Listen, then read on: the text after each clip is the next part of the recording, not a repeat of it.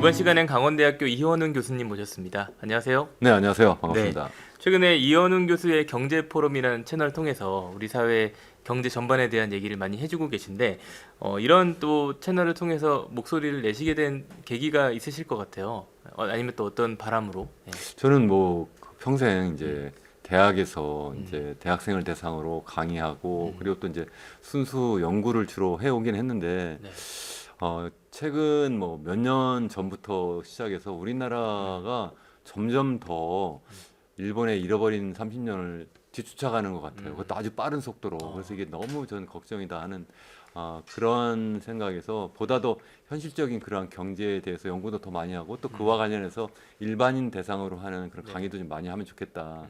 그런 게 하나고요. 또 하나는 이제 우리나라뿐만 아니라 전 세계 우리 인류, 우리 호모사피엔스 인류가 현재 당면하고 있는 그 거대한 변혁이라는 게 저는 있다고 생각하거든요. 이게 뭐 인구가 고령화된다든가 아니면은 뭐 디지털 사회로 전환되는 문제라든가 이와 맞물려서 사회가 정말 전혀 다른 형태의 양극화가 전 세계에서 나타난다든가 아니면 마지막으로 기후 위기라고 하는 이런 문제가 현재 막 진행 중인데 이것이 과연 우리 인류에게 축복이 아니라 굉장한 재앙일 수 있기 때문에 이 문제를 우리가 어떻게 해결해야 되겠는지에 대한 거대 담론까지도 제가 관심을 많이 가지고 그래서 그와 관련한 책도 쓰고 그와 관련한 뭐 연구소도 만들어서 우리가 여태까지 살아온 그러한 길이 아닌 새로운 길을 한번 가보자, 뭐 제사의 길을 가보자, 뭐 이렇게 나름대로 열심히 나름대로 세상에 좀이라도 기여할 수 있는 방안을 좀 찾아보고 있습니다.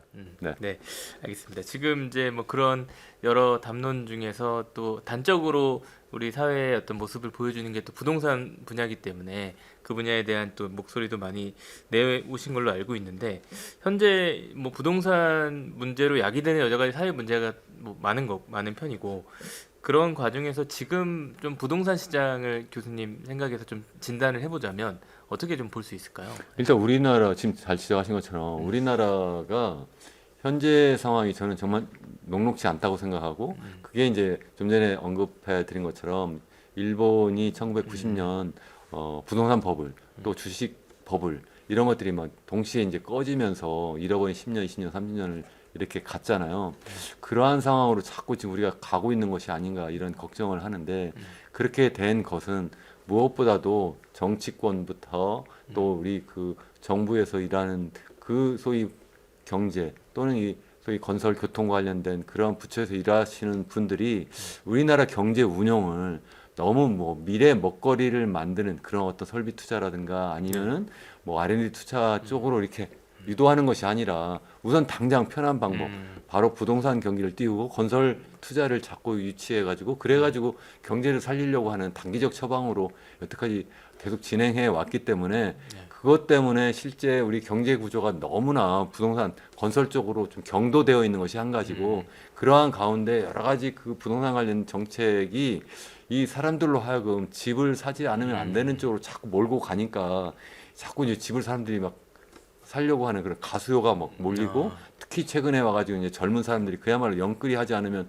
이번 이생망이다 벼락거지 된다 그렇죠. 이래가지고 막 집을 사고 그래서 사실 잘 아시는 것처럼 2017년 이후에 한 7, 8년 동안 집값이 서울 기준으로 보면 3배 정도 이렇게 올라 버렸잖아요. 세상에 이렇게 빨리 오르는 경우는 정말 우리나라 역사상 사실 뭐 그렇게 경험해보지 못한 그러한 정도였었고요. 사실은 2000년대 초에도 잠깐 그런 적이 있었긴 했는데 이렇게 이제 급격하게 막 이렇게 상승하게 되면 전 세계적으로 보면 일본도 좀 아까 언급했습니다만 또 미국도 서브프라임 모기 사태 난 것도 그렇고 그 전에 뭐 유럽에서 뭐 영국이나 아일랜드라든가 아니요 스페인이나 포르투갈이라든가 여러 나라에서 부동산 버블이 꺼지는 그러한 상황으로 막 계속 몰고 가고 있거든요. 그 말씀은 그렇게 부동산 경기를 막 띄우면서 너무나 주택가격이 높아져 가지고 어느 시점 가면 사람들이 더 이상 그 집을 살 수 없는 상태가 되고 또 한편으로 보면 사람들이 그 집을 사기 위해서 가계부채를 너무 많이 일으켜가지고 그래가지고 그것 때문에 사람들이 집값이 좀 조정받으려고 하면 그것 때문에 모두 다 이게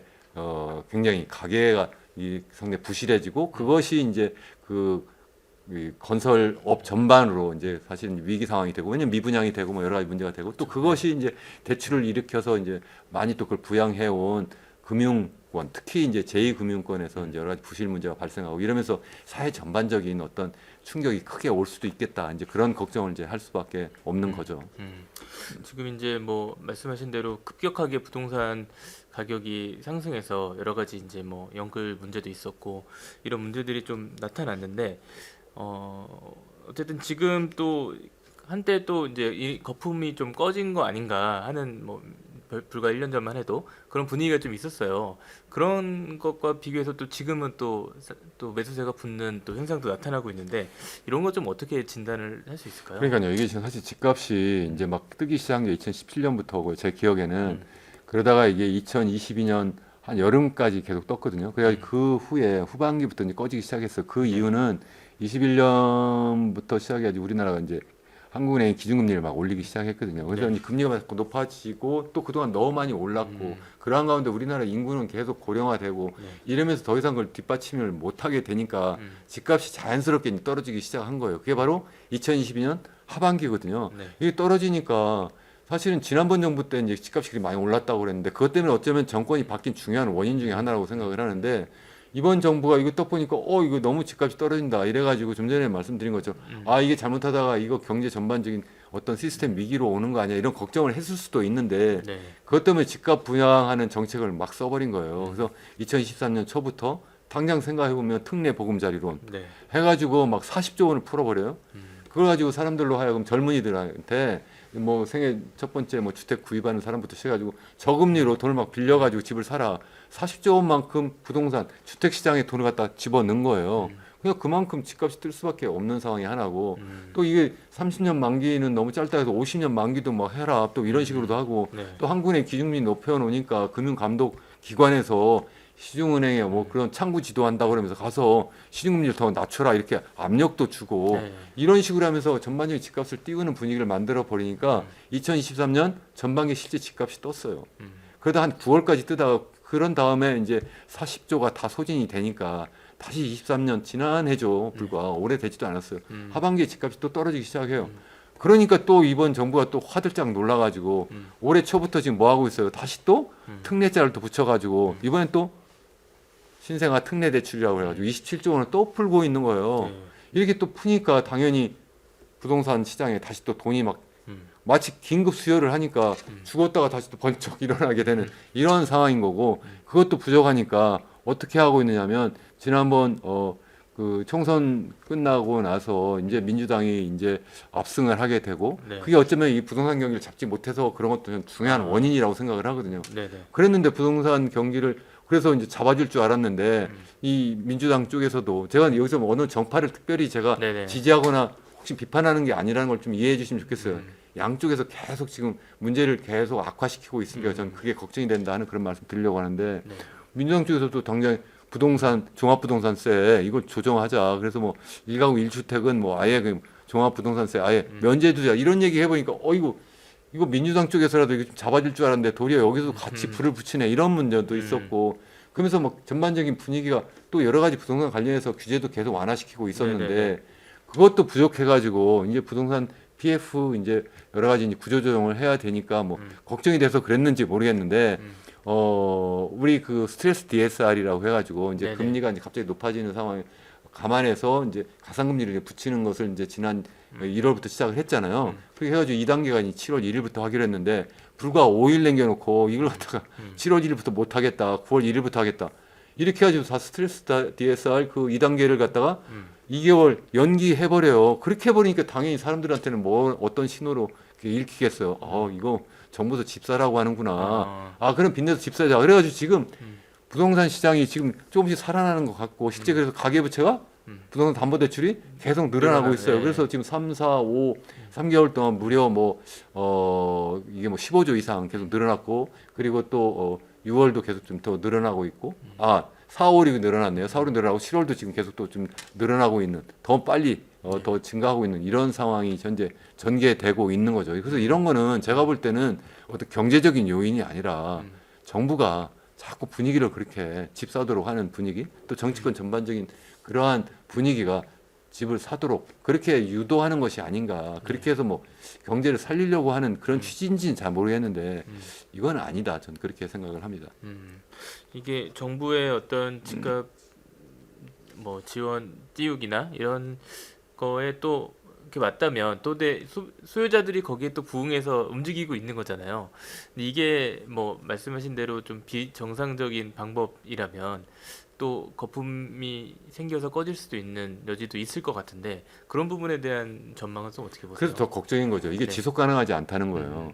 지난 해에 특례 보금자리로 인해서 40조 풀었다고 했잖아요. 네. 올해는 다시 또 신생아 특례 대출가 27조 풀고 그것도 부족해가지고 뭐 스트레스 DSR 뭐 연기하고 여러 가지 방법을 자꾸 띄우려고 하는데 네. 그게 언제까지 가능하겠냐는 거죠. 지속 가능성이 계속 있어서. 그렇게 하면서 집값을 띄우면 그건 정부에서도 재정적인 어떤 부담도 있을 뿐만 아니라 네. 물론 그걸 전체를 다 주는 건 아니에요. 음. 그만큼 이제 시중에서 빌려줄 때 더 싸게 하기 위해서 그 차익에 대해서는 정부가 이제 보조하는 그런 방식으로 이제 하고 있는 걸로 알고 있는데 그것보다는 자꾸 이렇게 하니까 가계부채 자꾸 늘어나니까 이에 대한 어떤 국민들도 이미 다 눈치챈 거예요. 이건 아닌데 자꾸 왜 이렇게 하냐. 그에 대한 비판도 많고 또 우리 가계도 보니까 이 가계부채가 GDP 대비로 지금 100%가 넘었다고 하고 최근에 뭐 GDP 추계 방법이 달라져서 뭐 94%까지 떨어졌다고 하는데 그냥 100%가 넘은 거예요, 사실은. 이렇게 되면 전 세계에서 일단 OECD 평균으로 보면 훨씬 더 높고 거기서도 뭐 그 우리나라보다 좀 높은 나라가 뭐 스위스라든가 호주라든가 이런 게 있다고는 하는데 우리나라는 그런 나라와 달리 소위 전세 보증금이라는 거 있잖아요. 전세 네네. 보증금은 더 위험한 그런 대출이거든요. 사인 간에 개인 간에 그렇죠. 돈을 빌려 받는 거잖아요. 그런 대출까지 포함하면 그게 한 1,000조 정도 되는 걸로 알고 있는데 그럼 GDP 대비 한 150% 이렇게 되는데 이렇게 되는 상황을 계속 더 부풀려 나갈 거냐는 거죠. 이렇게 하면 한국은행도 계속 이야기한 것처럼 가계부채가 계속 이렇게 늘어나면 이거는 정말 위험한 상황이 된다. 두 가지예요. 하나는 외부적 충격이 있을 때 우리는 이제 금리를 낮춘다고 생각하지만 외부적 충격이 전혀 다른 형태로 나타날 수 있잖아요. 전쟁이 크게 나가지고 막 원유가 뭐 엄청나게 급격히 올라가고 그래서 전반적인 그 금리를 낮추는 게 아니라 물가 잡기에서 다시 높여야 되는 상황이 되고 이렇게 될 때 네. 그때 만약에 우리나라도 금리를 또 다시 높이고 아니 그게 아니라 경제가 엄청난 충격으로 이제 완전히 마이너스 쪽으로 계속 경제가 더 추락하는 그런 상황이 전개되면 네. 그럼 어떻게 되겠어요? 당연히 주택 가격이 떨어지게 되고 떨어지게 되면 빚을 낸 그러한 사람들은 그걸 어떻게 갚아 나갈 거냐는 거죠. 지금도 이미 실질 가계 소득은 마이너스 하고 있어요. 감소하고 네, 있어요. 네. GDP는 명목적으로는 증가할지 모르지만 이게 실질 GDP도 지난해 1.4% 성장했는데 네. 가계 소득은 마이너스거든요. 근데 이 국민들이 어떻게 계속 집을 더 살 수가 있겠냐는 거죠. 지금 분위기를 그렇게 자꾸 잡으니까 어쩔 수 없이 사는데 더군다나 요새 뭐 악이 나면은 뭐 더 산 특공한다는 둥 막 맞아요. 이렇게 하면서 네. 자꾸 집 사는 분위기로 가는데 저는 정말 걱정이에요. 결국은 자꾸 이 부동산 버블이라는 게 하나의 어쩌면 이 시한폭탄인데 이 시한폭탄을 자꾸 지금 사람들이 자꾸 지금 돌리게 아하. 하고 있는 거죠. 폭탄 돌리기를. 예. 폭탄들이 언제 털지 모르는데 가만히 이렇게 돌리는데 보니까 애꿎은 젊은이들 정말 생판 모르잖아요. 그동안 얼마나 여러 가지 그 사실은 뭐 이 주식 가격이 뭐 상승하고 하락하는 것처럼 부동산 시장은 어쩌면 더 위험한 거잖아요. 크게 상승할 수도 있지만 크게 하락할 수도 있고 한 방 하락하면 굉장히 오래 갈 수도 있는데 그게 우리나라도 그랬고 미국도 그랬고 일본도 그랬고 여러 나라가 계속 그렇게 해왔는데 네. 그런 상황이 될 때 과연 그 뒷감당을 누가 하겠냐는 거죠. 그래서 정말 그 걱정이다. 그래서 이거는 국가적인 차원에서도 정말 걱정이지만 개인 그 젊은이들에게는 정말 엄청난 재앙이 될 수도 있어서 이걸 누군가는 정말 목소리를 높여서 이걸 막아야 되겠다. 그래서 저는 열심히 제가 이런 데 초청해 주시면 제가 네. 기꺼이 와서 이런 말씀을 드리는데 네. 그래서 과연 얼마나 많은 분이 보고 공감해 주실지 정말 잘 모르겠습니다만 이렇게 해가지고 우리가 자꾸 그러한 여론 공감대를 자꾸 형성하면 적어도 정치권이나 정부도 이건 아닌데 하고 점점 더 깨닫고 그렇게 하지 않을 거 아니냐. 네. 저는 이제 그런 생각을 하는 거죠. 네. 지금 이제 그런 우려들을 많이 말씀해 주셨는데 아무래도 뭐 20, 30대 같은 경우는 지금 뭐 높은 집값 때문에 뭐 결혼도 못 하고 또 아이도 못 낳는 그런 상황들이 실제로 벌어지고 있잖아요. 그런 부분에 대해서 또 걱정이 많으실 것 같아요. 그러니까 사실은 네. 제가 이제 모두에서 우리나라 경제가 전반적인 상황이 일본 따라간다 이렇게 할 때 그게 이제 첫 번째 뭐 부동산 뭐 이런 것도 이제 자꾸 해서 너무 버블을 키운다고 말씀드렸는데 그렇게 되는 게 사실은 인구 고령화를 또 촉진하는 아주 중요한 원인 중에 하나예요. 네. 다시 말씀드리면 집값이 자꾸 이렇게 높아지니까 젊은 사람들이 도대체 어디 들어가서 살 집이 없는 거예요. 하다못해 새도 둥지가 없으면 알을 낳을 수 없잖아요. 맞아요. 예. 하물며 인간이 어떻게 살 집이 없는데 아니 지난 뭐 7, 8년 동안 집값이 3배 올랐는데 어디 가서 보금자리를 마련해서 거기서 아이를 가질 수 있겠어요. 아 그러면 어떤 분은 제 채널에 댓글을 달으셨더라고요. 아 서울 말고 지방에 가면 싼 집도 많은데 거기서 살면 되는지 왜 자꾸 집값 비싸다고 그러냐고. 아 지방에 가면 일자리가 없는데 제기라 거기 가서 살라고 그러면 말이 돼요. 그럼 일자리 그 지방으로 좀 옮겨놔 주든지. 네, 그쵸. 일자리 또 그게 서울에다 제일 갖다 걱정이죠. 놔놓고 네. 여기 살 집이 없으면 음. 어떻게 하라는 거냐는 거예요. 그래서 이건 아니다. 그래서 정말 걱정인 거고 그래서 우리나라는 저출산 문제가 어쩌면 이 부동산 가격 상승하는 것보다 더 심각한 문제가 된 거예요. 이제 그게 원인이 한 가지 원인인데 네. 이 저출산이 된 거예요. 기왕 차제 저출산 문제가 많이 나왔으니까 이 주택 가격이 너무 상승한 것도 하나의 원인이지만 또 하나는 저희가 뭐 대학 졸업해서 사회 나갈 때랑 달리 점점점 더 경제 성장률이 자꾸 떨어지고 있고 그래도 우리 성장 잠재력이라는 네. 게 자꾸 떨어지는데 그게 또 인구 고령화하고 또 맞물려 있긴 해요. 그러면서 또 우리 기업들이 자꾸 해외로 자꾸 나가게 되고 그러니까는 이 일자리가 새롭게 자꾸 만들어지지 않아요. 일자리가 만들어지지 않으니까 대학 졸업해도 이 친구들이 금방 취업을 못 해요. 그러니까 1년, 2년 이렇게 취업 재수를 해요. 아니면 중간에 취업을 해도 거의 임시직인 거예요. 그러니까 내가 미래를 내가 충분히 내가 자신 있게 아 내가 이제 이렇게 해가지고 그쵸, 이거 가지고 네. 소득 만들어가지고 재산도 일구고 내 가정도 일구고 내 살 수 있을 것 같아.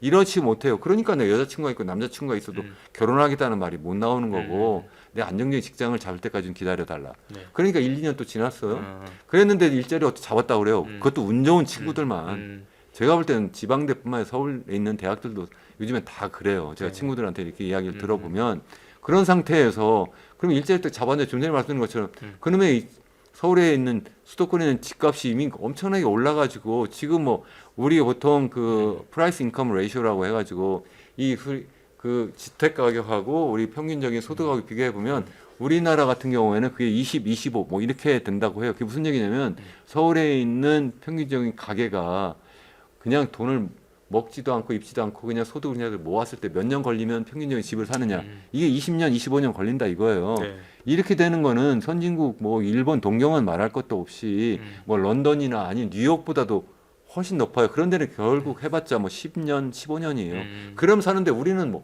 이게 25년 걸리는데 그걸 어떻게 살 수 있어요? 그것도 그러니까 대충 생각해 보시면 평균적인 소득이 얼마예요? 서울에 한 대충 한 5천만 원 정도 될 거 아닙니까? 네, 네. 쉽게 생각해 보면 그쵸. 네. 그럼 집값이 얼마예요? 뭐 평균적으로 뭐 요즘 뭐 한 12억이라고 하는데 제가 볼 때 12억이 아니라 20억, 30억이 평균일 것 같은데 그냥 100번 양보해서 그래 10억이라고 쳐요.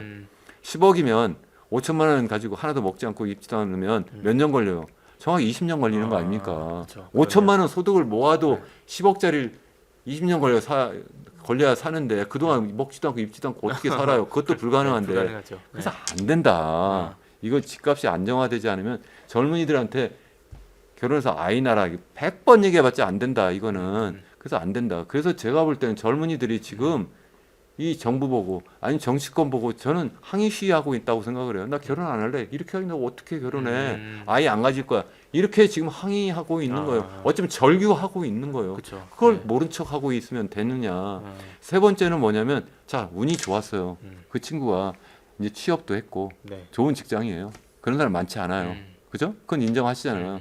두 번째 그리고 또 어떻게 집도 하나 어떻게 잡았어요. 네? 그런 부모님이 직장도 뭐 없고 굉장히 집도 뭐 없고. 했어요. 부모님도 네. 뭐 굉장히 뭐 그래도 살기 좋고 그래서 어떻게 좀 도와주셨어요. 그렇지 않으면 불가능한데 어쨌든 그 잡았다고 쳐요. 네. 세 번째 보니까 아이를 낳으니까 이게 대학 졸업할 때까지 보니까 내가 걸어온 길을 그냥 그대로 또 걸어가게 하는 것도 힘든데 돈으로 따져도 대충 따져도 한 3억이 든다고 하는데 둘 낳으면 6억이 드는데 그쵸.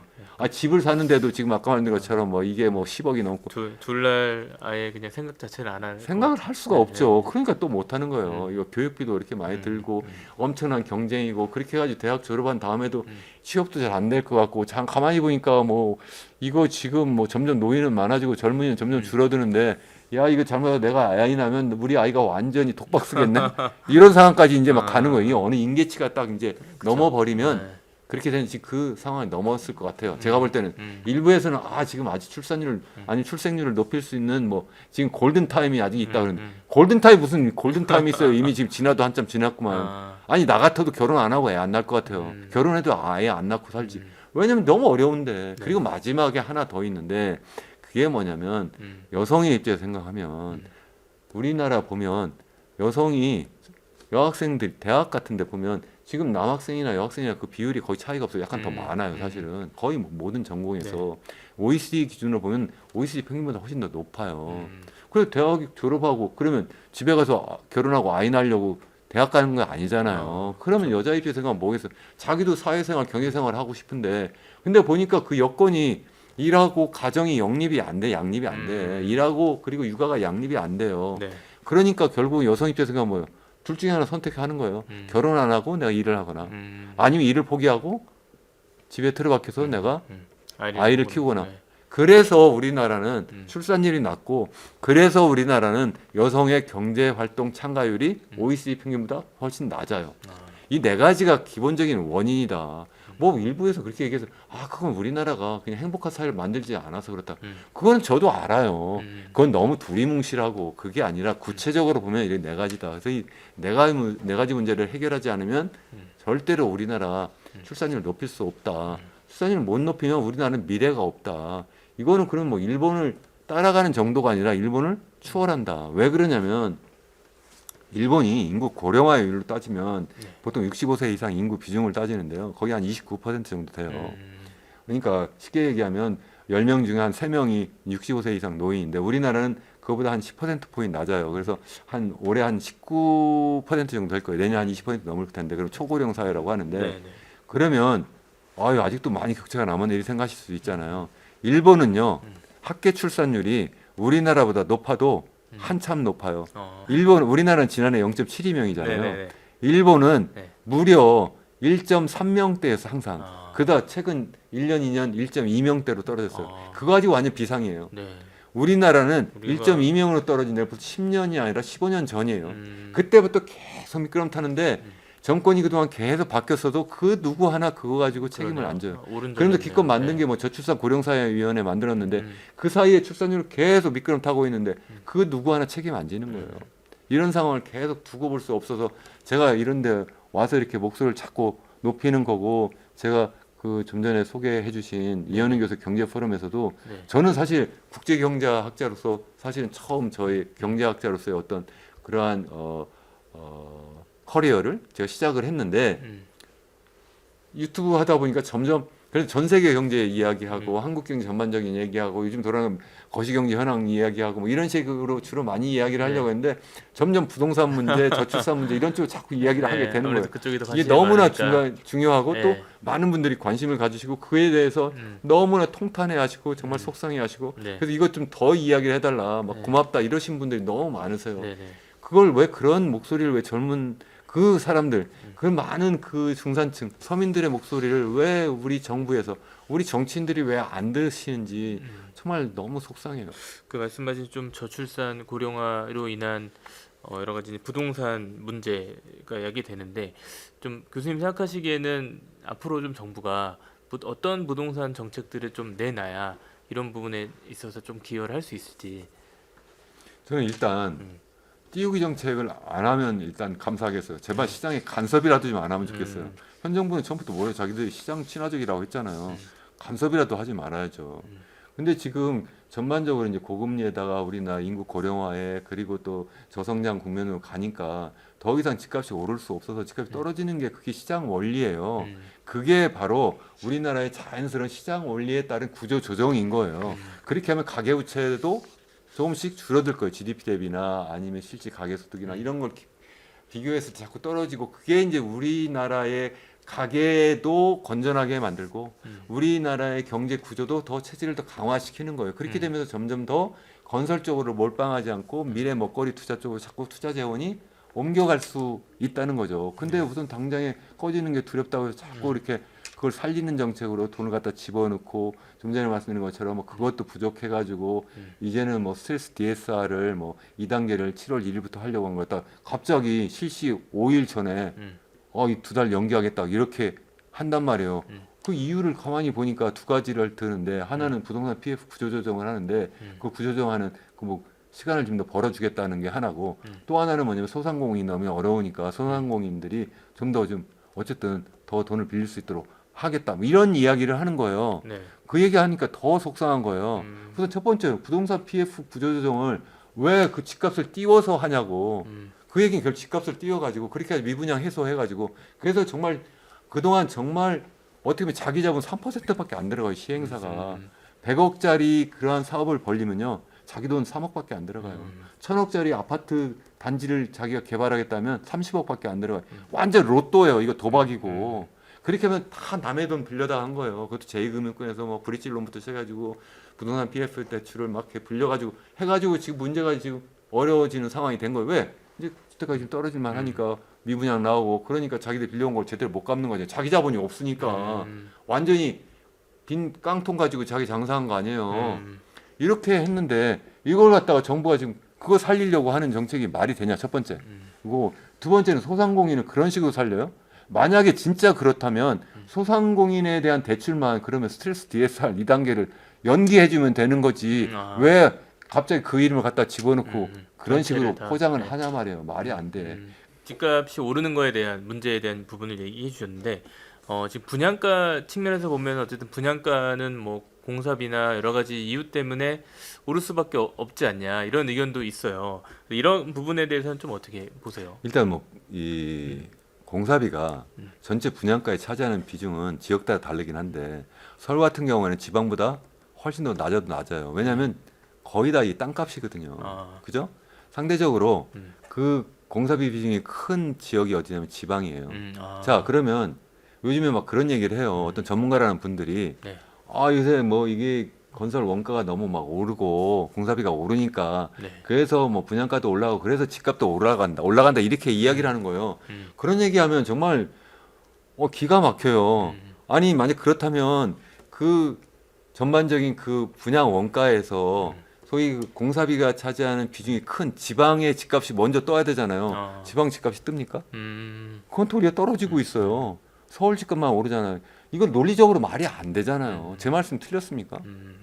말 되는 거죠. 네네. 그러니까 나 그 얘기를 저는 이 부동산 전문가라는 분들도 막 하시는데 저도 이제 방송을 많이 보잖아요. 네네. 저분들이 왜 저런 말씀을 하실까? 그분들이 정말 모르고 이런 얘기를 하는가? 아니 일부러 그런 말씀 하시는가? 그런 생각까지 이제 합리적인 의심을 하게 되는 거죠. 네, 그런 면에서 어쨌든 뭐 최근에 아까 말씀하신 뭐 부실 PF 문제 때문에 건설업의 위기론이 많이 나왔었어요. 그래서 정부에서도 이제 뭐 질서 있는 구조조정을 하겠다 뭐 이런 내용도 발표했었는데 이 건설업계 위기에 대해서는 좀 어떻게 보시나요? 건설업이 이제 본인들 입장에서 하면 위기고 그게 어쩌면 우리 경제에서 보면 건전한 어떤 진통인 거예요. 그러니까 아까도 말씀드린 것처럼 우리가 그동안 너무 그쪽으로 막 몰빵돼 있고요. 네. 우리 시행사라든가 시공사 이제 보통 이제 건설회사는 우리 시공사하고 시행사는 그야말로 우리 둘이 네. 우리 시행사 하나 만들어 가지고 뭐 합시다. 전국에 시행사가 몇만 개. 거의 다 영세업자. 아까 말씀드렸죠. 100억짜리 그 아파트 단지 하나 딱 지려면 우리 3억만 있으면 된다니까요. 네. 그거 가지고 뭐 하냐면 그럼 제2금융권 가지고 저축은행이나 새마을금고 가지고 야 우리 돈 좀 빌려달라. 예? 집 그러니까 무슨 땅부터 사야 되잖아요. 땅을 사는데 보니까 100억짜리네. 100억짜리면 보통 한 10% 자기 돈 넣고 나머지는 다 브릿지로 다 빌려와요. 그래가지고 해가지고 그다음 인허가 막 얻어요. 그래가지고 어느 정도 되면은 그때 이제 시공사를 찾아요. 시공사를 찾아가지고 네. 그래가지고 이제 본격적인 이제 건설을 시작을 하는데 그때 이제 그 시행사가 시공사한테 내가 이제는 본 PF를 바꿀 테니 그러면 너도 연대 보증을 해달라. 그게 보증을 받아가지고 들어가는 연대 보증. 그렇게 해가지고 이제 건설회사 입장에서 생각하면 어쩌면 시행사가 건설회사 직원이 거기 가서 할 수도 있고요. 직접을 못하게 여러 시스템을 네, 만들어놨어요. 네, 네, 지금 네. 우리나라가. 그러니까 뭐 그런 것도 있고 뭐 여러 가지 이유로 아니면 자기가 또 그 사업을 따오면 자기들 자체적으로 어쨌든 그 수익도 생기는 것도 있고 그러니까 경쟁하다 보니까 거기다 연대 보증을 했을 수도 있는데 그렇게 되면서 이게 결국은 자기 자본은 전체적으로 보면 3%밖에 안 되는 거. 이건 뭐 제가 3%라고 이야기하는 것이 아니라 그동안 여러 가지 연구 보고서가 나왔고 최근에 KDI 보고서도 그렇게 나왔어요. 네. 우리는 3%밖에 안 된다. 뭐 미국이나 뭐 일본이나 뭐 이런데 호주 같은 데는 다 30%가 다 넘어요. 최소한 30%는 돼야지. 그리고 나머지 돈 빌려가지고 하면 외부의 충격서도 살아남을 수가 있는데 네. 그게 되지 않은 상태. 그런 상태에서 지금 뭐 건설 분야가 전반적으로 이제 주택 가격이 좀 떨어지려고 하면 당연히 미분양 나타나고 그러니까 그게 위기다 이렇게 얘기하는데 그건 어쩌면 그 자초한 거잖아요. 그러니까 그것이 어느 정도 부실이 털어질 수 있도록 하는 그러한 환경을 마련해 주는 것이 좋은 거지. 아 그러니까 이거 무조건 막아라. 마치 이거 이런 거잖아요. 자 물이 있어요, 물이. 자 흐르는 물이 깨끗합니까? 고인물이 깨끗해요. 흐르는 물 깨끗하게. 당연하죠. 네. 그건 뭐예요? 새로운 물이 들어오지만 들어오기 위해서는 기존의 물 중에 아래에 있는 물은 흘러내려가야 되잖아요. 그래야지 그 물이 깨끗하고 그게 바로 시장인 거예요. 시장은 항상 새로 들어온 기업도 있지만 나가는 기업이 있거든요. 근데 우리나라 계속 나가려고 그러면 그걸 다 묶어가지고 어떻게든 다 살리려고 그러면 네. 그게 과연 건전한 시장이냐는 거죠. 그게 아니라는 거예요. 이게 시장 친화적인 그러한 정책이라고 하는 거는 무조건 규제를 완화하는 것이 중요한 것이 아니라요. 네. 규제를 합리적으로 만드는 것이는 거고 두 번째는 뭐냐면 이 진입과 퇴출이 자연스럽게 이루어지도록 그렇게 해야 되는데 우리나라는 그렇게 하지 않고 있다는 거예요. 그게 좀 큰 문제다. 실제 네. 그래서 뭐 이게 이제 부동산 PF가 현재 지금 뭐 전체적으로 한 5천 개 사업장에서 한 230조 원 네. 정도 되거든요. 이 정도면 어느 정도 되냐면 지난해 우리나라의 GDP가 한 2,300조가 살짝 넘으니까 거의 GDP가 한 10% 되니까 굉장히 커요. 네. 근데 이제 그걸 갖다가 이제 뭐 양호부터 보통 이제 그걸 나누기로 했잖아요. 그다음에 뭐 유의, 그다음에 마지막에 이제 부실 위험 이렇게 나눠 가지고 부실 위험 되는 것이 뭐 전체 그 5천 개 사업장 230조 원 정도 되는 부동산 PF 중에 한 3% 정도 될 거다. 이렇게 지금 금감원에서는 지금 그렇게 예상을 하고 있는 거고 유의 수준까지 이렇게 보면 그러니까 위험한 가능성까지 있는 것까지 보면 그러니까 제대로 이자를 못 갖고 있는 거 뭐 이런 정도. 마지막에 이제 완전 부실 위험은 이제는 뭐 그 정도가 아니라 이건 뭐 사업이 아예 되지 않을 것 같다. 그런까지 이렇게 하는 건데 두 개를 다 합하면 전체 중에 한 10%까지 될 거다 이렇게 보는데 제가 볼 때 좀 더 된다고 생각을 해요. 이걸 근데 자꾸 이제 좀 전에 제가 잠깐 언급했습니다만 정부가 계속 뭐 특례자 붙여가지고 이거 갖다가 뭐 계속 돈을 집어넣고 그것도 부족하니까 이제 그 스트레스 DSR 자체까지도 자꾸 뒤로 밀리면서 집값 자꾸 띄우려고 하면 미분양을 계속 털어내가지고 네. 그 기업들을 갖다 다 살리려고 하는 거잖아요. 부실 위험이 있는 걸 자꾸 퇴출시키면 그게 더 건전한 건데 그 퇴출되면 어떻게 되겠어요? 결국 경공매로 그 기업들이 갖고 있는 그러한 땅들이 자꾸 나올 거잖아요. 그건 누가 사겠어요? 개인이 사겠어요? 다른 그러한 시행사나 다른 그러한 건설 회사들이 그걸 인수할 거잖아요. 네, 네. 더 건실한 그러한 기업들 땅을 사가지고 좀 싼 더 값에 그러면 사서, 싸게 네. 그걸 분양하는 거예요. 그러니까 이게 집값이 자꾸 뜬다는 게 분야가 높은 게 땅값이 비싸다고 말씀드렸잖아요. 그 계속 붙잡고 계속 서로 땅값을 올렸으니까 그런 거지.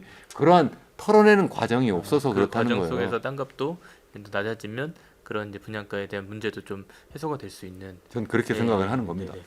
지금 이제 아무래도 말씀하신 이 PF 문제 때문에 부동산 시장 전체적으로 영향을 받고 있는데 또 그래서 이제 부동산 경기가 좀 침체된 부분도 있다고 얘기하고 한편으로는 근데 이 건설이 잘 안 이루어지면 또 공급이 부족해서 결국은 또 집값이 상승하는 요인이 되지 않냐 이런 의견도 있으세요. 그건 어떻게 좀 보시나요? 그것도 제가 볼 때는 네. 억지예요. 음. 왜냐면 한번 그동안에 한번 우리 그 역사적 그 경험을 보세요. 부동산 경기가 나오면 공급이 많아요. 신규 분양 공급이 다 줄어요. 왜냐면 좀 전에 해봤자 분양이 안 되니까 네, 그렇죠. 이게 시행사가 새롭게 뭐 사업을 벌리지도 않고요. 이미 짓고 있는 것도 자꾸 늦춰요. 그럴 수밖에 없잖아요. 이게 팔려나가지 않을 것 같으니까. 네, 네.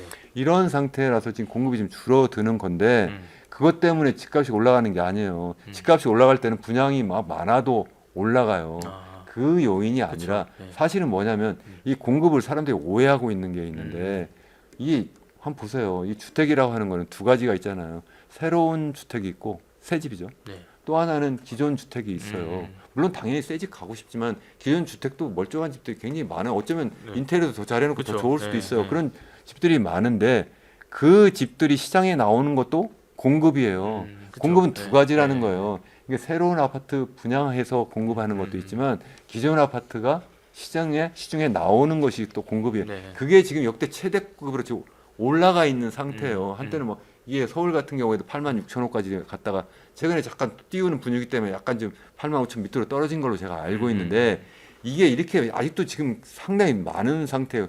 이미 굉장히 많이 지금 사람들이 이거 더 이상 못 올라갈 것 같네 이렇게 다 생각을 하고 그래서 알만한 분들은 이거 시중에 자꾸 이제 시장에 내놓고 있는 거예요. 그러니까 새 아파트가 분양이 안 되고 뭐 그리고 또 실제 뭐 공급이 잘 안 된다. 실제 그렇게 많이 안 되는 것도 아닌데 역대 보면 그렇게 자꾸 바람 잡는데 그 바람은 또 앞에 누가 있냐면 대부분 언론 그것도 경제 지예요. 뭐알 사람 다 알잖아요. 대부분 또 건설회사가 최대 지주고 뭐 이러면서 자꾸 우리 띄우는 분위기로 자꾸 가니까 거기에 이제 애꿎은 우리가 이런 부동산 시장을 잘 모르는 경험을 해보지 못한 젊은이들이 이거 큰일 났는데 또 기사가 보면 제목이 막 기가 막혀요.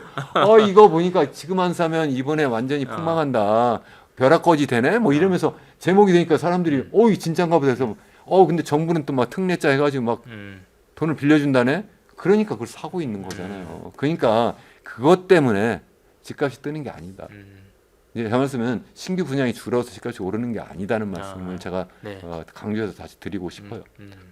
지금 이제 아파트 또 전세값 부분을 좀 분야에서 좀 생각을 해보면 또 전세값이 계속 상승하면 또 집값을 밀어올리는 요인이 되지 않냐 또 이런 주장도 많잖아요. 이 부분에 대해서는 어떻게 좀 이해를 하면 좋을까요? 그것도 뭐 일정 부분 맞아요. 네. 왜 그러냐면 집값이 지금 뜨는데 그게 뭐 여러 가지 요인이 아까 뭐 직접적으로 네. 집값을 부양하는 그러한 뭐 특례자 붙이는 그러한 자금 공급도 있지만 또 하나는 이제 전세 수요가 사실은 이제 그동안 전세하면 아파트도 있지만 여러 가지 뭐 연립부터 빌라 이런 게 있잖아요. 그런 데에서 여러 가지 뭐 전세 사기가 나타나고 그러니까 젊은이들이 거기는 월세는 살 수 있었는데 전세는 못 살겠다. 다 그냥 아파트 전세로 다 맞아요. 옮겨가잖아요. 그러니까 뭐 물량은 적은데 그러니까 당연히 전세값이 올라갈 수밖에 없고 또 그리고 이 그 집을 갖고 있는 그 주인의 입장에서 생각하면 이거 이번에 한번 전세를 주면 4년 동안 묶이게 되는데 네. 그렇게 돼버리면 내 집값이 떨어질 때 내가 쉽게 팔지도 못하는 상황이니까 차라리 내가 그냥 이번에 그래서 시장에 많이 물건이 나왔다고 말씀드렸잖아요. 매물로. 네. 그러니까 팔겠다고 내는 게 많은 거고 전세 물량은 공급이 많지 않아서 또 그런 면도 있어서 좀 올라가는 거예요. 근데 그걸 잘 이해를 못하는 분들은 이것 때문에 집값이 뜬다 이렇게 네. 생각하는 면이 있어요. 근데 이거는 어쩌면 이것도 정부 실패인 거예요. 아니 생각해보세요. 이게 언제 벌써 2022년 말부터 시작해가지고 제가 집값이 떨어지기 시작했다고 했는데 그때부터 이런 소위 깡통 전세, 뭐 역전세, 뭐 그래가지고 뭐 여러 가지 뭐 전세 사기 이런 게 나타날 때 이런 문제가 있으면 그거를 잡으라고 하는 게 바로 정부의 역할이잖아요. 그걸 잡아줘야 되는 거잖아요. 그걸 안 잡아주니까 그러니까 사람들이 무서워가지고 그쪽에서 있던 그 전세 그러한 입주자들이 다 이 아파트를 이제 몰려오니까 이런 문제가 나온 거잖아요. 그러니까 이것도 결국은 정부가 만들어내는 거다. 저는 이제 그렇게 생각을 하는 거예요. 알겠습니다. 아까 이제 가계부채의 어떤 증가에 대한 문제도 얘기를 해주셨는데 이 가계부채가 늘어나는 건 정말 문제인데 근데 또 이 가계부채를 또 어쨌든 감당해 내면 늘어나는 거가 문제가 안 될 수도 있잖아요. 그러니까 감당을 한다면 그래서 그런 면에서는 이게 늘어나는 게 꼭 문제긴 문제지만 뭐 우리가 그런 거를 감당해 낸다면 또 집값 그런 하방 압력도 좀 덜해지지 않을까 그런 부분은 어떻게 좀 보면 이게 될까요? 감당을 어떻게 해내는 거예요? 만약 감당을 하려면 네네. 뭐 GDP 대비 뭐 100%라고 그래요. 105% 갔다가 뭐 100% 살짝 넘었다가 한국은행에서 GDP 이제 추계하는 방법을 바꿔가지고 이게 94%까지 떨어졌다고 그러는 떨어진 게 아니라 이제 추계 네. 방법이 달라서 그런데 계속 그 상태예요. 정부의 목표는 뭐냐면 적어도 명목 GDP 상승률 정도만 이 가계 대출도 늘어나도록 하겠다 이렇게 지금 목표를 세웠어요. 근데 이미 전반기 거의 다 채우고 있는 상황인데 네네. 이게 생각을 해보면요. 사실은 명목 GDP랑 비교해야 될 게 아니라 명목 가계 소득하고 비교해야 되는데 가계 소득 그렇게 안 늘어나고 있고 더구나 실질로 따지면 더 줄어들고 있다. 이미 말씀을 네네. 제가 드렸고요. 네. 더군다나 이게 100% 수준이면 이게 너무 높아가지고 이거 빨리 줄여주지 않으면 그래서 뭐 한국은행 이창용 총재도 뭐 지난해부터 시작해가지고 이거 너무 높아가지고 80% 밑으로 떨어뜨려야 된다. 그러니까 현 상태를 유지하는 것이 지속 가능한 것이 아니라 네. 지금은 그냥 어떻게 붙들여가지고 정부가 계속 부양하고 있으니까 지금 그냥 가고는 있는데 이게 어떻게 보면 기업으로 보면 좀비 기업이고 이게 어떻게 가게로 보면 좀비 가게인 거예요. 이걸 좀 낮춰줘야 되는 것이 이게 맞는 거라는 거죠. 그래서 그렇게 해야지만 지속 가능한 거고 그래서 그 몇 퍼센트냐 그래서 이제 한국은행에서는 한 80%까지 낮춰야 된다는데 그 정해진 바는 없어요. 그렇지만 적어도 이렇게 100% 수준 높이고 더군다나 우리는 좀 전에 말씀드린 것처럼 4인 간의 그러한 대출이라고 하는 융자인 그 전세 보증금이라는 것까지 포함해 너무 높기 때문에 이걸 낮춰야 된다는 그러한 말씀을 계속 드리는 거고 그래서 지금 최근에 또 굉장히 빠른 속도로 네. 늘어나고 있기 때문에 지금 전혀 이걸 우리가 지탱해낼 수가 없을 것 같다. 그러니까 정부가 계속 그걸 틀어막기를 하고 있는 거잖아요. 저는 그렇게 생각하는 거죠. 마치 지금 우리가 경제를 인간으로 이야기를 하면 네. 지금 너무 그동안 우리가 지금 인구 고령화로 너무 빨리 늙어가고 있어요. 조로 현상이 나타나고 있는데 우리가 계속 우선 당장의 편한 방식으로 우리가 계속 뭐 술 먹고 담배 먹고 고기 먹고 그러면 뭐 얼마나 즐겁고 좋아요. 그렇게 하면서 막 뭐 얼굴 혈색 막 돌고 막 몸도 살도 찌고 좋은 것 같아요. 근데 알고 보니 그 속에는 막 콜레스테롤이 막 잔뜩 끼고 아. 고혈압 되고 당뇨까지 막 된 거예요. 네. 그래가지고 막 합병증까지 와가지고 네. 이제 쓰러져도 전혀 이상하지 않아요. 더 그래서 악화시키고 병원을 딱 있는- 갔더니 병원 이제 의사가 병원에서 그게 이제 정부예요. 음. 뭐라고 그러냐면 아직 안 쓰러졌으니까 위기가 아니네요. 아. 그러니까 잠깐 계세요. 그럼 제가 좀 피곤해서 그러신 모양인데 네. 그럼 제가 여기서 뭐 하겠어요? 영양제 하나 맞고 가세요. 아. 지금 그러고 있는 거 아니에요? 몰핀 하나 주고 있는 거 아니에요? 아. 자꾸 40조도 주고 27조도 주고 자꾸 특례 DSR 뭐 해가지고 지금 뭐 스트레스 DSR 자꾸 연기하고 이런 식으로 계속 하고 있는 거 아니냐는 거예요. 아. 그러면 그게 그 사람이 나은 거예요? 아니죠. 진짜 제대로 된 의사라면 지금 당장 쓰러져서 위기다 이렇게 얘기하는 것이 아니라 쓰러질 위험이 너무 지금 심하다. 당신은 내일 쓰러져도 이상이 없다. 그러니까 지금 당신은 지금 위기 상황이야. 그러니까 어떻게 술 담배 당장 끊고 운동 열심히 하고 고기 먹지 말고 삼겹살 특히 먹지 말고 그러면 체질을 강화해야 됩니다. 체질 개선해야 됩니다. 그게 바로 뭐예요? 가계대출 자꾸 줄이고 그게 바로 너무 건설적으로 몰빵되어 있는 걸 갖다가 우리나라가 미래 먹거리 그쪽으로 설비 투자, R&D 투자로 자꾸 유도하고 이런 식으로 해야 우리가 살지 않느냐는 거죠. 네. 그 말씀을 드리는 거예요, 제가. 알겠습니다. 한번 지금 이제 부동산 시장에 대한 전반적인 얘기를 좀 해주셨는데 좀 뭐 앞으로 향후 10년 우리나라 좀 이 부동산 시장을 좀 이렇게 예상해 보신다면 어떻게 좀 말씀해 줄 수 있을까요? 지난 10년은 엄청나게 올랐다고 말씀드렸잖아요. 3배 올랐다, 서울 기준으로. 앞으로 10년 3배 오를까요? 아, 뭐 2배 오를까요? 네, 의문이 생기네요. 저는 일단 생각해 보세요. 우리가 보통 이제 똑같이 상품이잖아요, 이것도.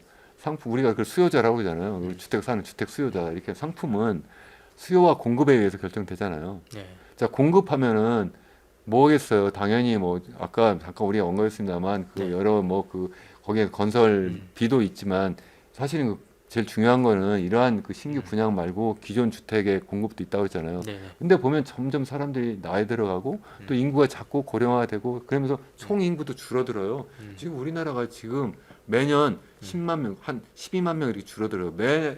매달 1만 명씩 줄어들어요. 우리가 젊은 인구 있잖아요. 보통 15세부터 64세까지의 인구를 우리가 생산 연령 인구라고 하는데 그 사람들이 사실 많을 때 주택 수요가 자꾸 늘어나는데 그 인구는 매년 30만 명 이상 줄어들어요. 점점 더 속도가 빨라요. 네. 근데 어떻게 과연 주택이 조금 그만 늘어나겠느냐? 그건 그분들이 없으니까 공급도 어쩌면 자꾸 이제 평소에 주니까 살던 집이 자꾸 나올 수밖에 없고 네. 또 새로 살려고 하는 사람도 자꾸 줄어들 수밖에 없다. 인구 때문에. 네. 두 번째 소득은 실질 소득이 자꾸 줄어들고 있다고 말씀드렸잖아요. 네. 그러니까 더 좋은 집으로 가거나 더 큰 집으로 갈 만한 수요가 자꾸 줄어들 수밖에 없다. 그래서 안 된다. 세 번째가 결국 유동성이고 금리인데 그게 이제 옛날에는 정말 거의 초저금리 0%대 뭐 1% 이런 수준에서 돈 빌려 집을 샀는데 지금 금리가 잠깐 떨어진다고 하는데 과연 그렇게까지 떨어질까요? 전혀 불가해요. 그렇게 떨어질 수가 없는데 그때 그게 아주 특이한 상황인데 그렇게 되지 않을 거다. 그건 뭐 많은 경제학자들이 이미 다 공통적으로 생각을 하고 있는데 여러 가지 이유가 있어요. 그것까지 제가 설명을 못 드리지만 그렇게 갈 수가 없다는 거고 그렇게 되니까 제가 볼 때는 집값이 뜰 수가 없다 전반적으로 옛날처럼 그렇게 가지 않는다. 다만 이제 일부에서 얘기하는 거는 아 그러니까 지방은 더더군다나 인구 소멸이 빨리 나타나고 그러니까 서울만 남을 거다. 그래서 서울 쪽으로 사람들이 막 몰려서 요즘에 서울에 집을 많이 사는 수요가 지방에서 올라온 원정 맞아요. 투자자라는 거예요. 네. 그 말도 맞는데 그렇다고 해서 그게 계속 그래서 뭐 서울은 인구가 계속 더 늘어나고 아니면 수도권 인구가 더 늘어날까요? 아니 그렇게 됐으면 왜 그 동경 집값은 왜 안 올라요? 거기서 꺼지잖아요. 그렇지 않습니까? 그래서 그렇지도 않다. 지금 잠깐 그럴 수는 있지만 적어도 상대적으로는 서울 집값이 지방보다는 더 견고하게 그 자리를 잘 지킬 수는 있겠지만 가격을 지탱할 수는 있겠지만 예전처럼 막 거기에 집을 사놓고 투자를 하고 투기까지 하면 거기에서 내가 엄청난 부를 일굴 거다. 그러한 상황은 오지 않을 거다. 전 정말 이거는 제가 거의 확신하고 드리는 말씀입니다. 이에요. 그래 조금 오르면 되잖아. 이렇게 생각하는 분도 계세요. 그렇죠. 예. 그렇지만 경제학자적인 입장에서 생각하면 네. 직접적인 우선 비용이 있고 또 기회비용이라는 게 있어요. 직접적인 비용은 뭐예요? 우선 당장 집을 살 때 그것 때문에 뭐 여러 가지 뭐 취득록세도 있고요. 그렇죠. 예. 또 그걸 보유하느라고 들어가는 재산세가 있어요. 네, 네. 그거 계속 내면서 내가 갖고 있어야 되는 거고 또 플러스 해가지고 내가 그걸 100% 내 돈 가지고 사지 않잖아요. 그럼 평균적으로 한 네. 50% 돈을 빌리면 맞아요. 그것 때문에 이자 비용 그것도 다 비용이에요. 음, 그거 하면서 그래 한번 보세요. 한번 투자하면 뭐 2, 3년 뒤에 팔을 거예요. 주식이라면 팔지만 그게 아니잖아요. 뭐 5년, 10년 갖고 있어야 되는데 그동안 들어간 그 비용을 한번 계산 좀 해보세요. 제발. 그걸 계산해보고 그 사이에 그만큼 오를 것 같으면 사시라는 거예요. 저는. 만약에 근데 내가 100%다 내 돈이야. 이거 뭐 보니까 부모님이 다 물려주시고 그러면 뭐 사도 돼요. 그러면 되는데 그거 아닌 경우에는 돈을 빌려서 그렇게 사는 게 과연 현명한 투자자냐. 저라면 그 돈 좀 더 기다려서 그거 가지고 저는 다른 데 대체 투자를 하겠어요. 왜냐하면 그게 바로 기회 비용이니까. 네. 좀 올라도 다른 데 더 많이 오를 거라면 거기 투자하는 게 더 맞는 거 아니냐는 거죠. 더군다나 우리나라는 가계 자산이 거의 75%가 다 뭐냐면 이 주택에 다 들어가 있어요. 맞아요. 집 한 채 빼면 아무것도 없는 거예요. 미국 같은 데 한 3, 40%밖에 안 돼요. 나머지 뭐예요? 다 다른데 주식이나 채권이나 이런 데 다 투자해 있는 거거든요. 네. 우리는 그걸 안 하고 다 부동산에 다 돈을 갖다 놓으니까 이게 자체가 잘못하면 이게 내 집을 안 사서 내가 벼락거지가 되는 게 아니라 잘못 이제 집을 사가지고 집 샀기 때문에 벼락거지 될 가능성이 굉장히 크다. 저는 그런 말씀을 꼭 드리고 싶고 그리고 또 한 가지는 뭐냐면 경제인 측면에서 우리나라가 자꾸 뭐 주식 가격이 뭐 저평가되었다고 뭐 이렇게 얘기하는데 네. 저평가된 게 아니라 그게 우리나라 실력이에요. 왜? 아니 누가 투자를 해요? 누가 가게가 투자하는 거잖아요. 가게가 근데 처음 집 사는 데다 투자를 해놨는데 돈이 남아 있어야지 뭐 주식을 사죠. 그거 안 고치면 안 된다니까요. 그래서 우리가 부동산 쪽에 너무 GDP 대비 너무 그쪽에 몰빵하고 있으니까 그래서 안 되는 거예요. 거기서 뭐 밸류업 프로그램에 정부가 조금 뭐 이렇게 배당 좀 늘려라. 그거 가지고 안 된다니까요. 이거 고치지 않으면 안 된다. 우리나라는 제가 말씀드리는 거예요.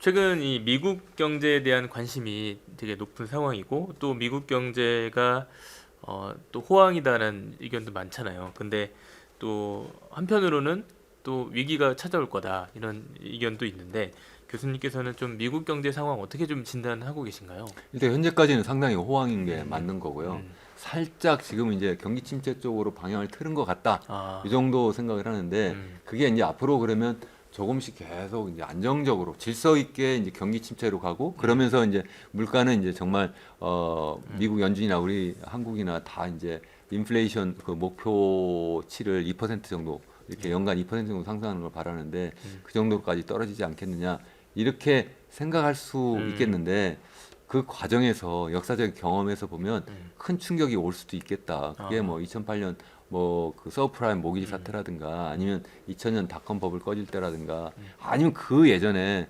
1929년 세계 대공황이 터질 때라든가 그런 때도 다 보면 지금과 굉장히 비슷한 상황이 있거든요. 그래서 그러한 것을 좀 염두에 두고 우리가 미국 경제를 들여다보면 좋겠다. 저는 그렇게 생각을 합니다. 지금 뭐 미국 경제 상황 보면 계속 갈 것 같은 그런 뭐 생각도 드는데 사실은 뭐 그런 그런 위기 상황과 좀 비슷하다고 하니까 좀 걱정도 되는데 그 좀 미국 경제가 지금처럼 이렇게 뜨거운 상황이 된 그거를 주도한 요인을 꼽으라면 어떤 걸로 먼저 봐야 뭐 될까요? 여러 가지가 있는데요. 일단 제가 볼 때는 이제 정부 정책을 할 때 거시경제 정책이 크게 두 개거든요.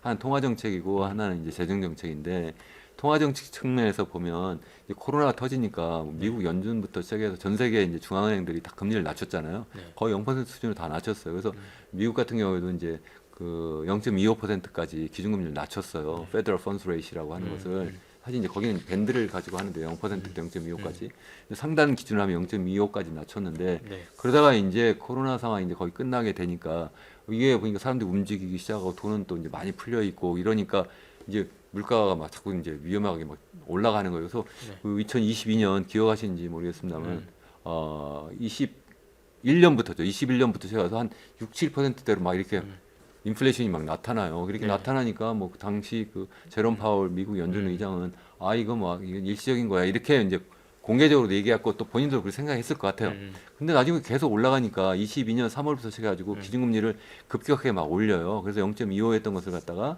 연말에는 4%까지 올리고 네. 그 다음에 이제 23년 7월 가면 이게 5.5%까지 이렇게 막 계속 올려요. 굉장히 빠른 속도로 올리는데 그러니까 올리면서 한편으로는 사실은 이제 그 코로나 상황이 터졌을 때 양적 완화라는 걸 해가지고 네. 또 사실은 미국 연준이 그 미국의 그 국채 그 중앙은행이 그 정부가 행정부가 발행한 그 국채를 또 엄청나게 많이 사요. 그래서 당시에 갖고 있던 그 연준의 그 자산이 한 4조 원이었는데 얼마까지 사냐면 이거 갖다가 9조까지 사거든요. 8.9조까지 이렇게 사는데 그러니까 거의 5조 달러치만큼 이렇게 사요. 이렇게 산다는 건 무슨 얘기냐면 그만큼 유동성이 더 풀린 거예요. 정확히 하면 미국 국채하고 이제 MBS라고 하는 모기지백 시큐리티 해가지고 이 부동산 담보 채권 이건 사거든요. 두 개 다 장기 채권이에요. 이런 걸 막 사면서 돈을 풀었는데 나중에 이제 금리를 막 올리면서 이것도 이제 양적 긴축으로 바꿨는데 네. 충분히 다 이걸 다시 원상복귀하지 않았어요. 그래서 이게 4조에서 8.9조까지 올랐다 최근에 한 7한 2, 3조까지 떨어뜨렸는데 아직도 돈이 많이 지금 시중에 풀려 있다는 게 한 가지고 많이 풀려있다. 네. 또 하나는 이 재정 정책인데 재정 정책은 코로나 터지면서 거기도 돈을 엄청 많이 풀었어요.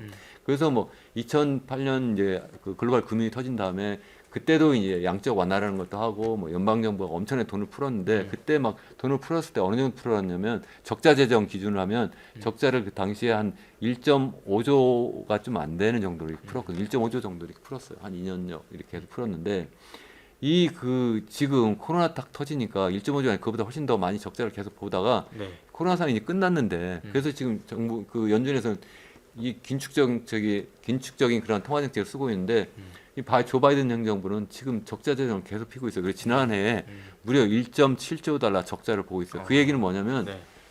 이 그 2008년 글로벌 금융위기 이후에 확장적인 재정 정책보다 더 확장적인 정책을 쓰고 있는 거예요. 다시 말씀드리면 통화 정책은 긴축적이지만 충분히 긴축적이지 않은 데다가 재정 정책은 도리어 확장적인 정책을 쓰니까 그래서 물가가 아직 충분히 잡히지 않고 그리고 실물 경제 여러 가지 뭐 경제 성장률 지난해 2.5% 성장했고 올해는 지금 2.6% 성장할 거라고 보거든요. 이건 완전 고용 상태보다 훨씬 높은 상태고 실업률도 지금 뭐 기껏 올라와봤자 지금 4.1% 정도 수준인데 이것도 완전 고용 상태예요. 거의 미국 기준으로 보면 그러니까 굉장히 견실한 상태다. 그게 이제 한 가지예요. 네. 또 하나는 이게 이제 그 소위 AI 혁명이라고 네. 디지털 혁명이 이제 본격적으로 나타나면서 지금 그쪽으로 투자 자금이 엄청나게 몰리고 사람들이 실제 열광하고 실제 제가 볼 때는 여러 가지 이제 생산성도 상당히 높아지고 있는 네, 상황이에요. 그렇게 되고 있기 때문에 그래서 이제 판이 달라졌다 이렇게 봐서 또 경제가 더 견실하게 간다 이렇게 이야기도 하고 있는데 저는 이 두 번째는 이게 물론 실체가 있긴 한데 그거보다는 첫 번째 좀 전에 말씀드린 것처럼 통화 정책이 충분히 긴축적이지 않고 재정 정책은 너무 지금 도리어 팽창적으로 이 선거와 맞물려서 또 그런 것도 좀 있지 않을까 이렇게 생각을 하고 다만 이제 그 AI 혁명이 과연 얼마나 갈 거냐 이런 네. 건데 그쪽으로 지금 투자금이 엄청나게 몰려서 이거는 마치 1929년 그 세계 대공황이 터지기 전에 그 당시에 2차 산업혁명이 막 시작되는 때예요 그때 한참 본격적으로 네. 그래서 뭐 텔레비전도 나오고 라디오도 나오고 뭐 그 집집마다 그게 다 보급이 되고 네. 자동차도 막 나타나고 뭐 철도는 일찍 나왔지만 그게 막 미국 같은 경우 뭐 전역으로 막 깔리고 뭐 이러면서 세상이 바뀌었다 다들 열광하고 투자금이 뭐 주식시장에 엄청나게 몰렸던 거예요. 그래서 막 버블이 생긴 거예요 그게. 그러다가 그게 이제 이게 너무 많이 갔네 해서 터진 거거든요. 그런 상태고 실체가 없었던 게 아니에요 그 당시에도 지금도 실체가 없는 게 아니다 이렇게 얘기하시는데 네. 뭐 2000년 닷컴 버블 꺼질 때는 그 당시에는 인터넷 기업들이 막 등장하고 어쩌면 디지털 혁명이 이제 소위 준비 단계 그런 상태에서 어쩌면 그 당시에는 실체는 좀 없었지만 네. 그래도 전혀 실체가 없는 게 아니라 실제 그런 상황이 벌어졌는데 네. 그때도 이제 막 사람이 열광하고 그쪽으로 이제 투자금이 너무 많이 몰려서 어느 순간에서 이거 너무 많이 갔네 해서 터지는 건데 지금은 아직 뭐 2000년 그 상태하고 비교할 때는 우리가 좀 더 실체가 더 있다 이렇게 얘기를 할 수 있지만 1929년 상황하고 비교해 보면 그때나 지금에 다 실체가 있는데 과연 이가 얼마나 갈 거냐 이런 네. 거고요.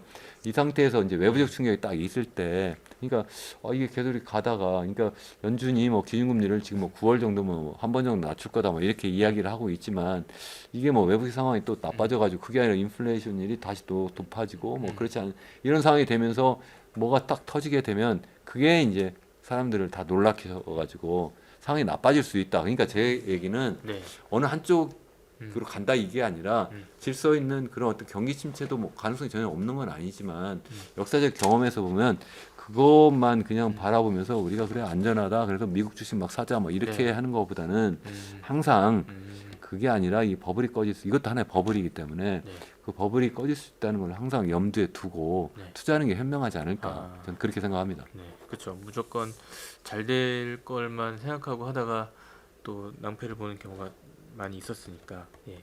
아까 말씀하신 것처럼 지금 이제 금리 인하에 대한 기대감이 계속 높아지고 있는 상태인데 뭐 아직까지는 뭐 이렇게 연준에서도 특별하게 뭐 많이 내리겠다 뭐 이런 스탠스를 취한 건 아니잖아요.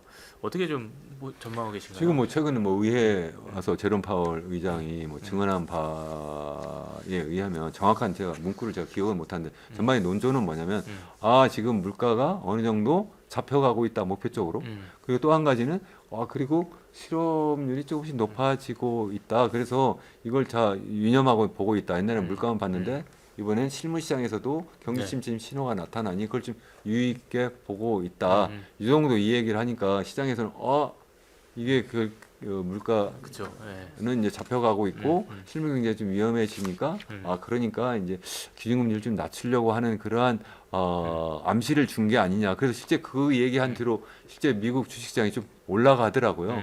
뭐 그런 상황인데 과연 이제 언제 그러면 시작해서 얼마나 낮출 거냐 뭐 이런 건데 제가 볼 때는 뭐 시장에서 9월이라고 얘기하는 9월 될 수도 있을 것 같긴 해요. 현재 상황으로 보면. 네. 그리고 뭐 올해 뭐 한 차례나 두 차례 정도 이렇게 낮출 수는 있을 수 있지만 옛날처럼 다시 뭐 이거 갖다가 0%대로 낮출 거다 이렇게 가지는 않을 거라고 저는 생각을 해요. 낮춰도 뭐 내년에도 뭐 글쎄 뭐 그렇게 많이 낮추지 못할 거다. 뭐 일부에서 뭐 내년에 다시 또 한 네다섯 번 더 낮출 거다 이렇게 얘기하는데 네. 그분들께 한번 여쭤보고 싶어요. 지난해 말에 뭐라고 그랬냐면 그분들이 올해 연준이 기준금리를 4번 내지 6번 낮출 거라고 다 그렇게 얘기를 하더라고요. 네. 제가 말도 안 된다.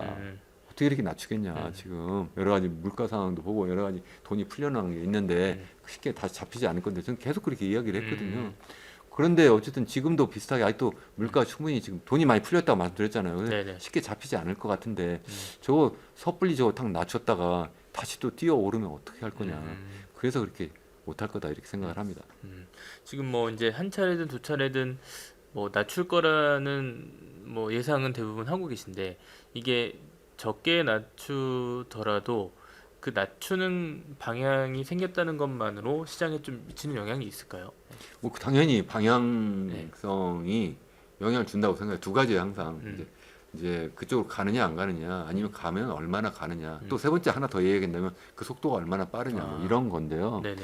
방향을 틀었다는 그 시그널 때문에 환호할 수는 있겠다 생각을 하는데 이미 다 그 시장에 저는 다 반영이 되었다고 생각을 해요. 우리 역사적인 경험을 생각해 보면 다시 2000년 닷컴버블 꺼질 때나 아니면은 뭐 2008년 글로벌 금융위기 막 터지는 그 서프라임 모기 사태 이렇게 보면 금리가 한참 뭐 고점으로 막 올라가고 있을 때라든가 아니 고점 상태 계속 있는 상태에서 경기 침체가 오고 뭐 주식시장이 막 갑자기 이렇게 막 하락하는 그러한 상황이 아니라요. 금리를 도리어 올릴 때 그때 그런 상황이에요. 올릴 때 실물 경기가 더 나쁘고요. 그럴 때에 주식시장이 크게 충격을 받아요. 그 얘기는 무슨 얘기냐면 어쩌면 실물 시장이 정말 나빠지고 있으니까 그러니까 그 연준은 그때 가서 뒤늦게 금리를 낮추기 시작하는 거예요. 그러니까 사전적으로 예측해 가지고 미리부터 금리를 갖다가 뭐 높이고 낮추고 이렇게 잘 못해요. 네. 그래서 항상 얘기해요. 제롬 파월 나는 데이터 디펜던트하다. 그게 무슨 얘기예요? 사후적으로 따라가겠다는 거잖아요. 근데 그렇게 따라간다는 건 근데 항상 시차가 존재하니까 그쵸, 또 뒤늦게 이거 엉뚱한 방향으로 도리어 상황을 더 악화시킬 수 있거든요. 그건 뭐 역사적인 경험에서 계속 반복되어 있어요. 그래서 경제 이론에서도 학자들이 둘로 나눠져 있어요. 적극적으로 통화정책 써야 된다는 데 있고 한쪽에서는 그게 아니라 아예 통화정책 적극 쓰지 말고 매년 그냥 경기가 좋든 나쁘든 그냥 경제 규모가 그냥 매년 뭐 미국 같으면 한 2% 정도 계속 그 잠재 성장률이 이제 그 속도로 이제 상승하니까 거기에 필요한 정도로 통화량을 그만큼만 공급해라. 그런 통화 준칙이라는 게 있어요. 그 통화주의자들이 주장하는 건데 네. 그러한 경제학자들의 주장도 실제 있거든요. 그래서 그러한 문제 왜 그러냐? 바로 그러한 문제 때문에 도리어 경제를 안정화시키는 게 아니라 불안정하게 도리어 자꾸 이거 뭐 냉온 이런 거 있잖아요. 샤워실의 바보. 역사적으로 보면 이 연준이 샤워실의 바보 역할을 굉장히 많이 했거든요. 그러니까 지금도 그런 상황이 아닌가 저는 또 그런 생각도 해요. 돈을 너무 많이 풀어가지고 인플레 만든 게 누구예요? 연준이죠. 그렇잖아요. 또 그쵸. 뒤늦게 지금 또 너무 금리를 갖다가 이거 갖다가 너무 높여가지고 이번 반대로 경기를 확 악화시킬 수도 있는 거고 네네. 또 반대로 이제 또 막 금리를 갖다가 이제 뭐 그 높인다고 뭐 이렇게 하는데 그게 너무 시기가 늦어가지고 도리어 경제를 더 악화시키는 방향으로 또 만들어 버릴 수도 있고 뭐 여러 가지 그런 상황을 우리가 생각해 볼 수 있다 이런 거죠. 네. 지금 이제 미국 경제 얘기를 좀 해주셨는데 아무래도 지금 미국의 어떤 빅테크 기업들이 잘 나가고 있기 때문에 관심을 받는 건데 또 한편으로는 미국의 중소기업은 또 힘든다는 얘기가 있었어요. 그래서 이런 미국 경제의 어떤 기업의 양극화 부분도 혹시 나중에 또 문제가 될 수 있는 여지가 있을지. 그 자체로서 문제를 일으키지는 않을 거라고 생각을 하고요. 다만 그게 이제 미국 경제가 이렇게 지속적으로 성장하는 데는 좀 한계를 만들어낼 수도 있다. 저는 그렇게 생각을 해요. 무슨 말씀이냐면 네. 어쩌면 뭐 그게 지금 요즘에 뭐 여러 뭐 제 보고서를 보면 너무나 주가가 이게 소위 잘 나가는 뭐 7개 기업, 뭐 매그닉스 세븐이나 아니면 뭐 10개 정도 시장같이 제일 큰 애들이 뭐 앞장서 막 가니까 그런 거지 나머지 다 거의 뭐 상승 못 한다 뭐 이런 이야기도 하는데 네.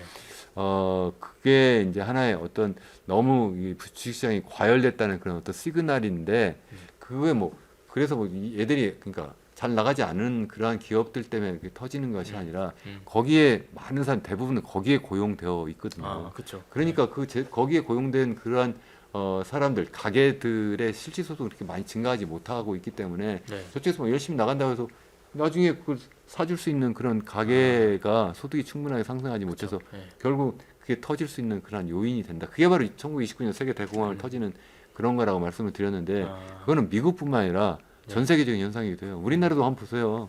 지금 뭐 수출 잘 된다고 그러는데 그럼 대부분 그럼 기업들이 다 잘 되나요? 아니죠. 수출을 하는 소위 대기업 몇 개, 뭐 반도체, 자동차 뭐 몇 개만 이렇게 잘 되고 있는 거고 나머지는 전반적으로 다 중소기업들은 특히 굉장히 어려운 상황이고 또 가게도 전반적으로 다 지금 마이너스 성장을 했다. 가계 소득이 뭐 이런 말씀도 제가 드렸잖아요.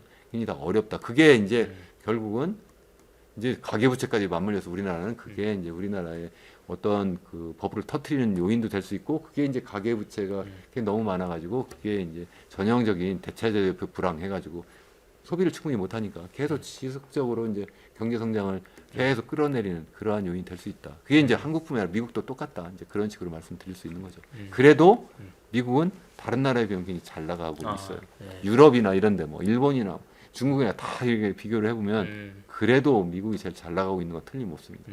네. 하지만 어쨌든 미국의 그런 뭐 앞으로 다가올 위기에 대한 부분도 대처를 해야 된다. 그렇죠. 네, 그렇죠. 상대적으로는 굉장히 양호하다. 뭐 그 네, 정도 네, 말씀을 드릴 수 네, 있을 네. 것 같아요. 지금 뭐 그런 상황에서 뭐 우리들은 좀 어떻게 투자에 대한 마인드나 또 실제로 투자를 어떻게 좀 이뤄 나가는 게 좀 필요한지 이런 부분 좀 말씀해 주시면 좋을 것 같아요. 요즘에 네. 이제 그 많은 그 투자자들 우리 한국의 이제 젊은 개미 투자자라고 네, 하잖아요. 네. 이제는 뭐 우리 한국에서 이제 미국으로 많이 뭐 코로나 때도 그랬는데 더 그런 것 같다. 요즘 많이 뭐 그러잖아요. 비슷하는 게 거의 한국은 유행처럼. 계속 네. 주식시장이 뭐 살아날 기미가 없어요. 음. 이거 왜 그러냐? 음. 이미 말씀 제가 드렸는데 우리나라는 거기 당장에 가게가 다 부동산에 투자했거나 네. 그러니까 이 주식 가격이 뜨지 않고 있는데 그러니까 이제는 그 정부라도 그걸 살릴 수 있도록 자꾸 그 부동산에 몰빵되어 있는 그 투자 자금을 자꾸 줄일 수 있는 그런 구조조정을 자연스럽게 하도록 내버려둬야 되는데 자꾸 더 막으니까 더 안 되고 있는데 그러니까 더군다나 이제 그게 저출산으로 계속 나타나고 그러니까 미래 희망이 없으니까 그게 또 주식시장도 다시 또 이제 가라앉히고 그러니까 이제 젊은이들이 주로 주식 투자를 할 때 그래 그러면 이건 뭐 우리나라 이제 더 이상 미래 희망이 없다. 그러니까 당연히 딱 보니까 네. 전 세계 제일 잘 나가는 데가 어디예요? 미국이죠. 미국은 가만히 보니까 생각해 보세요. 우리나라 경제 성장률이요. 한때는 70년대는 14% 성장할 때도 있어요. 근데 이게 마이너스대로 계속 떨어져요. 지난해 1.4% 떨어졌는데 잠재 성장률이 이제 4% 뭐 2% 밑으로 떨어지고 1% 0%로 갈 거예요. 일본처럼 갈 거예요. 안 가나 한번 두고 보세요. 이 앞으로 10년에 다 그렇게 0%대로 갈 거라고 저는 생각을 하는데 거기서 어떻게 주식 투자해서 큰 돈을 벌겠어요. 그건 이제 집을 투자해도 집을 사도 똑같다 제가 이미 말씀을 드린 바가 있고 네. 근데 미국 같은 경우 그러니까 사람들이 그래요. 아, 그 선진국 때문에 다 그렇다고 그래요. 일본이 그랬어요. 그래서 계속 0% 성장을 했고 유럽도 그래요. 미국을 보세요. 미국은 70년대 중반 이후에요. 그냥 평균적으로 거의 2.4% 성장해요. 안 떨어져요. 잠재 성장률이 뭐 2.0이라고 하는데 제가 볼 때 그보다 더 높게 성장을 계속.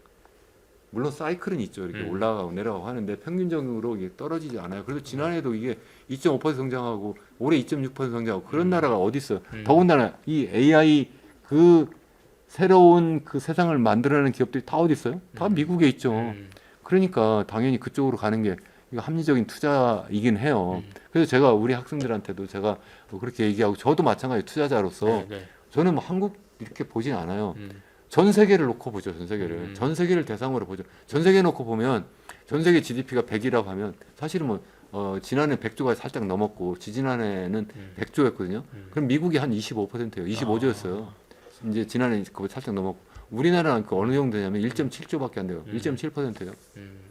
아, 그러니까 엄청나게 차이 나네요. 아니 내가 투자를 하는데 네. 100을 놓고 해야지 어떻게 1.7에서 투자를 하냐고 이거 합리적이지 않다 제가 말씀드리는 거고 그러니까 전 세계를 놓고 하는데 거기서 또 제일 앞장서 나가는 걸 찾아야 되는데 보니까 미국 시장이잖아요. 거기에 보니까 그 기업들을 들여다보고 거기에 올라타야 되겠다 저는. 그러니까 다시 말씀드리면 세상을 막 이렇게 바꿔 나가는데 네. 그 바꿔 나가는 기업에 내가 취업을 하거나 아니 그런 기업을 내가 만들거나 그것도 아니면 그 기업의 주인이 되면 된다. 그 주인 되는 방법이 주식 사는 거죠. 뭐.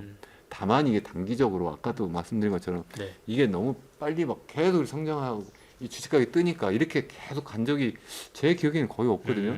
그러면 이게 단기적인 조정이 있을 수 있다. 그걸 또 버블이 꺼진다고도 이야기할 수도 있고 단기적 조정이 될 수도 있다. 네. 이제 그게 굉장히 크면 마치 이게 뭐 2000년 닷컴 버블 꺼질 때는 이게 거의 뭐 4분의 1 조각 났잖아요. 엄청나게 단기적으로 확 떨어질 수도 있어요. 그러니까 네.